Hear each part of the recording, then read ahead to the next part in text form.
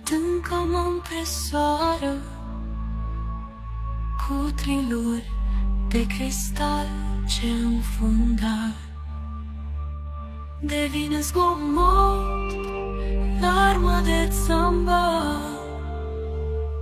E liniște în mine afară, întuneric. Și larmă gălăgie, e lumea celor mulți ce și-nduiesc la bani și glorie, mândrie, doar faimă. Ei sorb nectar din trup înfierbântat, de trup scăldat în lacrimi și sudoare, de trup pus la mezar.